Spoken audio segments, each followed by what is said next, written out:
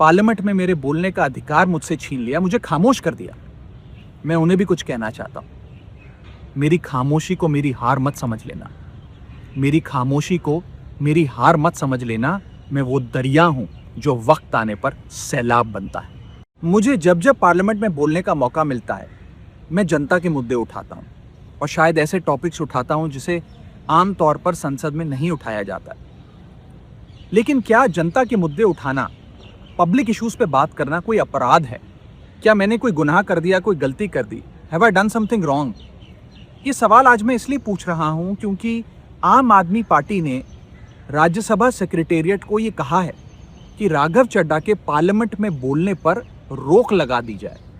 जी हां, आम आदमी पार्टी ने पार्लियामेंट को ये सूचित किया है कि राघव चड्ढा को पार्लियामेंट में बोलने का मौका ना दिया जाए। अब भला कोई मेरे बोलने पर रोक क्यों लगाना चाहेगा? मैं तो जब बात करता हूं देश के आम आदमी की बात करता हूं। एयरपोर्ट पर मिल रहे महंगे खाने की बात रखी, जोमैटो ब्लिंकिट के डिलीवरी राइडर्स की प्रॉब्लम रखी, खाने में मिलावट का मुद्दा उठाया, टोल प्लाजा लूट से लेकर बैंक चार्जेस लूट की बात करी, यहाँ तक कि मिडिल क्लास पे टैक्स के बोझ से लेकर कंटेंट क्रिएटर्स पर स्ट्राइक क्यों करी जाती है, टेलीकॉम कंपनियां कैसे 12 महीने में 13 बार हमसे रिचार्ज कराती हैं, डेटा रोल ओवर नहीं देती हैं, रिचार्ज खत्म होने के बाद इनकमिंग रोक देती है। तमाम इश्यूज मैंने सदन में उठाए और ये मुद्दे उठाने के बाद देश के आम आदमी का तो फायदा हुआ, लेकिन इससे आम आदमी पार्टी का क्या नुकसान हुआ? भला कोई मुझे बोलने से क्यों रोकना चाहेगा? कोई मेरी आवाज को क्यों बंद करना चाहेगा? खैर, आप लोग मुझे अनलिमिटेड प्यार देते हैं। मैं जब जब आपके मुद्दे उठाता हूं, आप मुझे सपोर्ट करते हैं, मुझे शाबाशी देते हैं, मेरा हौसला बढ़ाते हैं। मैं आपको कहना चाहता हूं थैंक यू। ऐसे ही मेरा हाथ और मेरा साथ थामे रखिएगा, छोड़िएगा मत। मैं आपसे हूं और मैं आपके लिए हूं।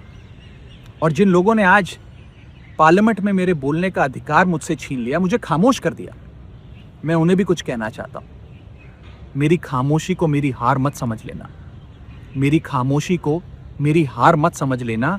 मैं वो दरिया हूं जो वक्त आने पर सैलाब बनता है। जय हिंद। मुझे जब जब पार्लियामेंट में बोलने का मौका मिलता है, मैं जनता के मुद्दे उठाता हूं और शायद ऐसे टॉपिक्स उठाता हूं जिसे आमतौर पर संसद में नहीं उठाया जाता।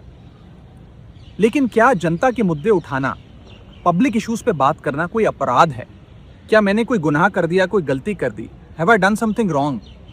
ये सवाल आज मैं इसलिए पूछ रहा हूं क्योंकि आम आदमी पार्टी ने राज्यसभा सेक्रेटेरिएट को ये कहा है कि राघव चड्ढा के पार्लियामेंट में बोलने पर रोक लगा दी जाए। जी हां, आम आदमी पार्टी ने पार्लियामेंट को ये सूचित किया है कि राघव चड्ढा को पार्लियामेंट में बोलने का मौका ना दिया जाए। अब भला कोई मेरे बोलने पर रोक क्यों लगाना चाहेगा?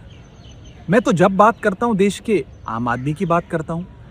एयरपोर्ट पर मिल रहे महंगे खाने की बात रखी, जोमैटो ब्लिंकिट के डिलीवरी राइडर्स की प्रॉब्लम रखी, खाने में मिलावट का मुद्दा उठाया, टोल प्लाजा लूट से लेकर बैंक चार्जेस लूट की बात करी, यहाँ तक कि मिडिल क्लास पे टैक्स के बोझ से लेकर कंटेंट क्रिएटर्स पर स्ट्राइक क्यों करी जाती है, टेलीकॉम कंपनियां कैसे 12 महीने में 13 बार हमसे रिचार्ज कराती हैं, डेटा रोल ओवर नहीं देती हैं, रिचार्ज खत्म होने के बाद इनकमिंग रोक देती है। तमाम इश्यूज मैंने सदन में उठाए और ये मुद्दे उठाने के बाद देश के आम आदमी का तो फायदा हुआ, लेकिन इससे आम आदमी पार्टी का क्या नुकसान हुआ?